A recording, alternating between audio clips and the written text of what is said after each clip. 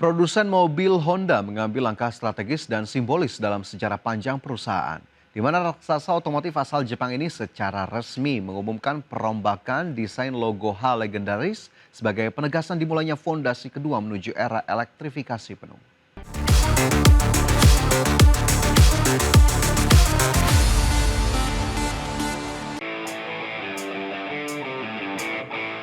Raksasa otomotif asal Jepang, Honda Motor Co. secara resmi mengambil langkah strategis dan simbolis dalam sejarah panjang perusahaan dengan mengumumkan perombakan desain logo H legendaris mereka.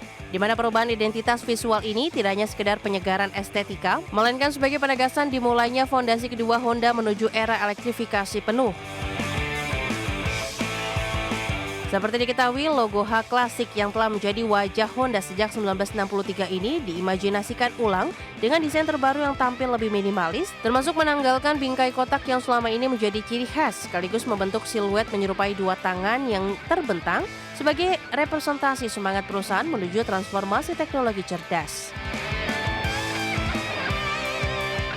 Meski telah diperkenalkan, namun publik harus bersabar melihat debut emblem ini di jalan raya setelah juru bicara Honda di Amerika Serikat mengkonfirmasi bahwa logo H terbaru dijadwalkan mulai diterapkan pada lini kendaraan listrik dan hybrid elektrik generasi berikutnya mulai tahun 2027 mendatang. Dengan model produksi pertama yang diproyeksikan menyematkan logo ini adalah jajaran Honda Zero Series. Adapun perubahan logo ini merupakan peristiwa langka bagi perusahaan di mana sejak pertama kali digunakan pada 1963, logo H hanya mengalami beberapa kali penyesuaian desain yakni pada tahun 1969, 1981, 1991 dan terakhir 2001. Kini di tahun 2026 Honda kembali berinovasi demi menyongsong masa depan industri otomotif yang semakin hijau. Berbagai sumber, IDEX Channel.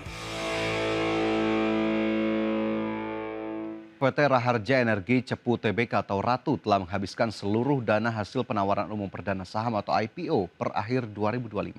Dana tersebut digunakan untuk penguatan pendanaan anak usaha dan kebutuhan operasional. PT Raharja Energi Cepu Tbk menghabiskan dana IPO sebesar Rp212,23 miliar per 31 Desember 2025. Dana bersih tersebut berasal dari total dana IPO Rp218,56 miliar setelah dikurangi biaya emisi Rp6,32 miliar. Berdasarkan keterbukaan informasi, mayoritas dana dialokasikan dalam bentuk pinjaman cash call kepada entitas anak. Sebesar Rp157,3 miliar disalurkan kepada PT Raharja Energi Tanjung Jabung dan Rp34,9 miliar kepada PT Petrogas Jatim Utama Cendana. Selain itu, Ratu juga mengalokasikan Rp19,9 miliar untuk mendukung kebutuhan operasional perseroan. Adapun Ratu resmi melantai di Bursa Efek Indonesia pada 8 Januari 2025 dan sahamnya sempat melonjak 24,78% pada hari pertama perdagangan. Secara keseluruhan, Ratu menghimpun dana Rp624,46 miliar dari IPO dan divestasi saham. Perseroan telah menyiapkan 7 rencana akuisisi dalam 3 tahun ke depan dengan nilai 10 juta US dollar hingga 150 juta US dollar per transaksi. Dalam jangka menengah hingga panjang, Ratu menargetkan ekspansi ke pengelolaan PSC berskala kecil hingga besar di Indonesia dengan target imbal hasil di atas 10%. Berbagai sumber, IDEX Channel.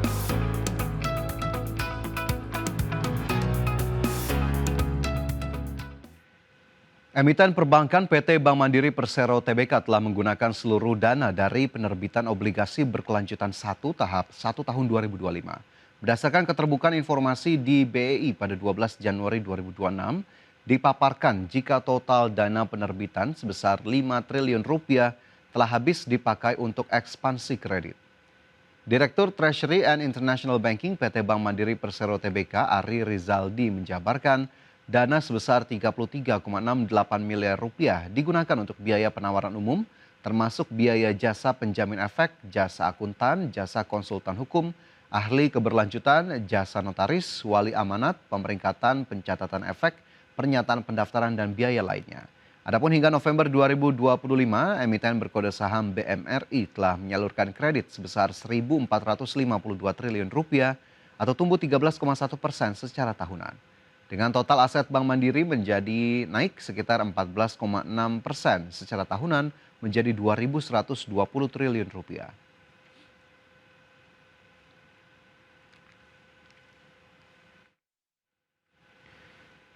Kita berlanjut ke emiten selanjutnya, pemirsa. Emiten real estate PT Bekasi Fajar Industrial Estate Tbk menatap masa depan industri pergudangan khususnya kawasan MM 2100 dengan positif.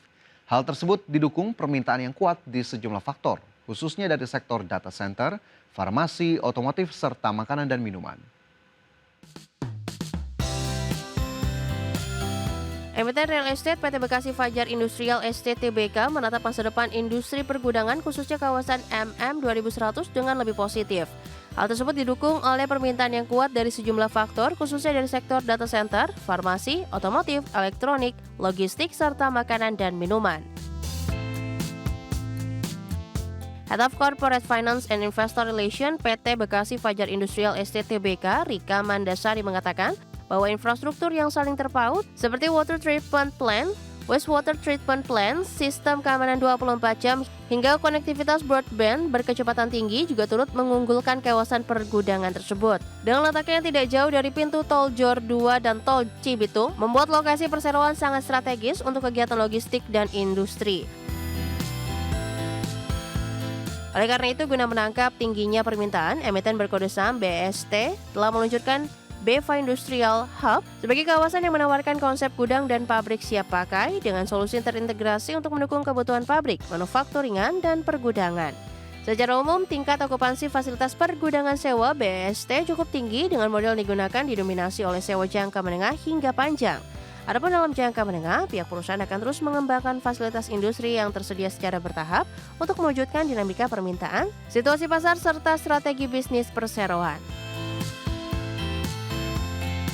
Berbagai sumber, IDEX Channel.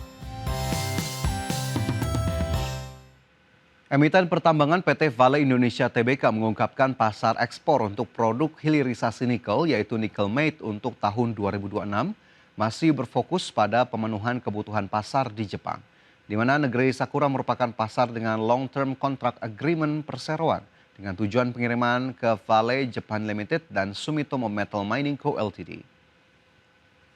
Director and Chief Sustainability and Corporate Affairs Officer PT Vale Indonesia Tbk Budi Awansyah menyebutkan bahwa sepanjang tahun 2025 harga ore nikel Vale cukup tinggi, yakni hampir mencapai 40% lebih tinggi dari harga patokan mineral nikel yang ditetapkan Kementerian Energi dan Sumber Daya Mineral.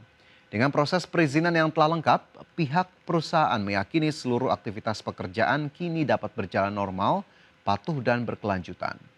Sejalan dengan agenda pemerintah, emiten berkode saham INCO ini juga melanjutkan investasi pada teknologi rendah emisi serta pengembangan fasilitas pengolahan lanjutan, termasuk proyek High Pressure Acid Leach guna meningkatkan daya saing industri nikel nasional dalam rantai pasok global, khususnya untuk kebutuhan pendanaan kendaraan listrik.